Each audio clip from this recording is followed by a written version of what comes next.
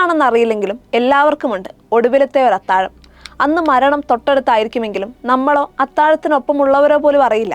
അറിഞ്ഞാൽ ആരും അത് കഴിക്കില്ല.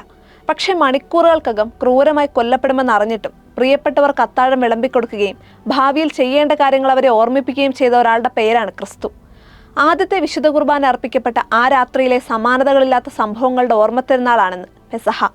മനുഷ്യർക്ക് നടപ്പാക്കാൻ അത്യന്തം വിഷമകരമായ എളിമയും സ്നേഹവും അസാധ്യമല്ലെന്ന് പ്രവൃത്തിയിലൂടെ കാണിച്ചിട്ട് അവൻ കുരിശുമരണം വരിക്കാൻ പുറത്തേക്കിറങ്ങിപ്പോയി. സ്നേഹിക്കൂ, വിനയാന്വിതരാകൂ, ഒരു മേശയ്ക്ക് ചുറ്റും ഇരിക്കുമെന്ന് ഈ പെസഹായിലും ക്രിസ്തു കാലുപിടിച്ച് ചുംബിച്ച് പറയുകയാവാം. വിഷാദഭരിതമായ ഒരു വ്യാഴാഴ്ചയായിരുന്നു അത്. പഴയ നിയമപ്രകാരം പെസഹ ആചരിക്കാനുണ്ട്.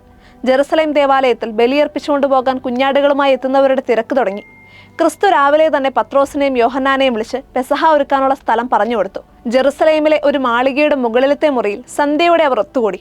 അതിനു മുൻപ് യൂദാസ് പ്രധാന പുരോഹിതന്മാരുടെയും സേനാധിപന്മാരുടെയും അടുത്തുപോയി ക്രിസ്തുവിനെ ഒറ്റിക്കൊടുക്കേണ്ട സ്ഥലവും പ്രതിഫലവും ചർച്ച ചെയ്ത് തീരുമാനിച്ചിരുന്നു. എല്ലാം അറിയാമായിരുന്നെങ്കിലും ക്രിസ്തു യൂദാസിനെയും ചേർത്ത് നിർത്തി. ഈ പെസഹ നിങ്ങളോടൊപ്പം ഭക്ഷിക്കണമെന്ന് എനിക്ക് വലിയ ആഗ്രഹമായിരുന്നുവെന്ന് പറഞ്ഞുകൊണ്ടാണ് ക്രിസ്തു തുടങ്ങിയത്. തനിക്കിനി ഒരു അത്താഴമില്ലെന്ന് സൂചിപ്പിക്കുകയും ചെയ്തു. പിന്നെ അപ്രതീക്ഷിതമായി ധരിച്ചിരുന്ന മേലങ്കി മാറ്റിയിട്ട് ഒരു തൂവാല അരയിൽ കെട്ടി. ആർക്കും ഒന്നും മനസ്സിലായില്ല. അവനൊരു വലിയ പാത്രത്തിൽ വെള്ളം എടുത്തുകൊണ്ടുവന്ന് അവരുടെ കാലുകൾ കഴുകാനും അരയിലെ തൂവാല കൊണ്ട് തുടയ്ക്കാനും ചുംബിക്കാനും തുടങ്ങി. യഹൂദ ഭവനങ്ങളിലെത്തുന്ന അതിഥികളുടെ കാലുകൾ കഴുകുന്നത് അടിമകളോ വേലക്കാരോ ആണ്. ഇത് ചെയ്യരുതെന്ന് പത്രോസ് പറഞ്ഞെങ്കിലും ഇല്ലെങ്കിൽ നിനക്കെന്നോട് പങ്കില്ലെന്നും നിങ്ങളുടെ കർത്താവും ഗുരുവുമായ ഞാനിത് ചെയ്തെങ്കിൽ നിങ്ങളും പരസ്പരം പാദങ്ങൾ കഴുകണമെന്നും ക്രിസ്തു ഓർമ്മിപ്പിച്ചു. അഹന്തയുടെ വാളുകൾ മേശപ്പുറത്ത് വെച്ച് മസ്തിഷ്കങ്ങൾ കീഴടങ്ങി. മനുഷ്യന്റെ അകത്തും പുറത്തുമുള്ള എല്ലാ യുദ്ധങ്ങൾക്കുമുള്ള ദൈവത്തിന്റെ ഉത്തരമായിരുന്നു അത്. അപ്പവും വീഞ്ഞും ബലിവസ്തു പോലെ മേന്മയേറിയതായി. ക്രിസ്തു പ്രാർത്ഥിച്ച് അപ്പമെടുത്ത് മുറിച്ച് ഇത് തന്റെ ശരീരമാണെന്ന് പറഞ്ഞ് അവർക്ക് കൊടുത്തു. അതിനുശേഷം വീഞ്ഞു കൊടുക്കുമ്പോൾ പാപമോചനത്തിനായി ചിന്തപ്പെടുന്ന തന്റെ രക്തമാണെന്നും പറഞ്ഞു. ആദ്യത്തെ വിശുദ്ധ കുർബാന അർപ്പിച്ചു. ഇതെന്റെ ഓർമ്മയ്ക്കായി ചെയ്യണമെന്ന് ഓർമ്മിപ്പിച്ചു. അപ്പം കൈമാറുന്നതിനിടെ അവൻ ഹൃദയഭേദകമായ ആ യാഥാർത്ഥ്യം വെളിപ്പെടുത്തി. നിങ്ങളിൽ എല്ലാവരും തിരഞ്ഞെടുക്കപ്പെട്ടവരല്ല, ഒരാൾ എന്നെ ഒറ്റിക്കൊടുക്കും. നടുങ്ങിപ്പോയ ശിഷ്യന്മാർ അത് ആരെന്ന മട്ടിൽ പരസ്പരം നോക്കി. ഈ അപ്പക്കഷ്ണം മുക്കി ആർക്ക് കൊടുക്കുന്നുവോ അയാളെന്ന് പറഞ്ഞുകൊണ്ട് അവനത് യൂദാസിന് കൊടുത്തു.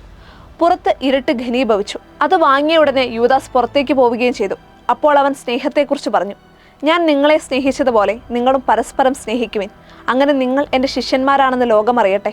അത്താഴം കഴിഞ്ഞു. മുകളിലത്തെ മുറിയിൽ നിന്നിറങ്ങി ജെറുസലേമിന്റെ വിജനമായ തെരുവുകളിലേക്ക് ആദ്യം ക്രിസ്തുവും പിന്നാലെ ശിഷ്യനും ഇറങ്ങിപ്പോയി. 2 സഹസ്രാബ്ദങ്ങൾക്ക് മുൻപ് നടന്ന സംഭവമാണ്. അതിൻ്റെ ഓർമ്മയ്ക്കായി പള്ളികളിൽ നിന്ന് കാലുകഴുകൽ ശുശ്രൂഷയും വിശുദ്ധ കുർബാനയുമുണ്ട്. ക്രൈസ്തവ ഭവനങ്ങളിൽ ഇന്ന് ഗൃഹനാഥന്മാർ അപ്പം മുറിക്കും. രാവിലെ മുതൽ ഒരുങ്ങണം. എല്ലാവരും ഒരു മേശയ്ക്ക് ചുറ്റും ഇരിക്കാൻ വീട്ടിലെത്തുമെന്ന് ഉറപ്പാക്കണം. ക്രിസ്തുവിനെ പോലെ ഹൃദയം കൊണ്ട് അപ്പം പകുത്തു കൊടുക്കുകയും വാങ്ങുകയും വേണം. ആരറിഞ്ഞു ഇനി എത്ര നാൾ ഒന്നിച്ചിരിക്കാമെന്ന്? ആരറിഞ്ഞു ഒരിക്കൽ സംഭവിക്കേണ്ട ഒടുവിലത്തെ അത്താഴം എന്നായിരിക്കുമെന്ന്? 2000 വർഷമായി ഒരാൾ പറഞ്ഞുകൊണ്ടേയിരിക്കുന്നു, നിങ്ങൾ പരസ്പരം സ്നേഹിക്കുവിൻ. എൻ്റെ ശിഷ്യരെ മറ്റുള്ളവർ തിരിച്ചറിയട്ടെ. മറ്റുള്ളവർ നോക്കുന്നുണ്ട്. വീടുകളിലേക്ക്, പള്ളികളിലേക്ക്, സഭയിലേക്ക്, തൊഴിലിടങ്ങളിലേക്ക്, പൊതുവിടങ്ങളിലേക്ക് ക്രിസ്തു ശിഷ്യരെ കാണാൻ. അത്താഴമേശയ്ക്ക് ചുറ്റും എല്ലാവരും ഉണ്ടോ?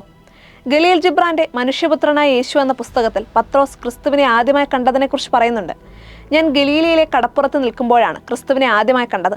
എൻ്റെ സഹോദരൻ അന്ത്രയോസും അടുത്തുണ്ടായിരുന്നു.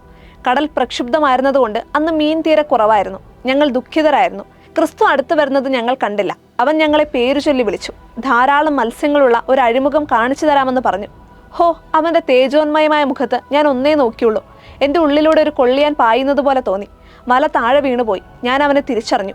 ഈ രാത്രി തിരിച്ചറിവിൻ്റെതായാൽ എൻ്റെ ഉള്ളിലൂടെ ക്രിസ്തു ഒരു കൊള്ളിയാൻ പോലെ കടന്നു പോകും. പിന്നെ ചതിയും വഞ്ചനയുമില്ല. അക്രമിയോ കൊലപാതകിയോ വർഗീയവാദിയോ ആകില്ല. സ്നേഹത്തിൻ്റെ ആനന്ദമറിയും. അവരെൻ്റെ കാൽ കഴുകാവുന്നത്ര വിനയാന്വിതനാകും. ശത്രുത പിടിഞ്ഞ് ചുംബിക്കും.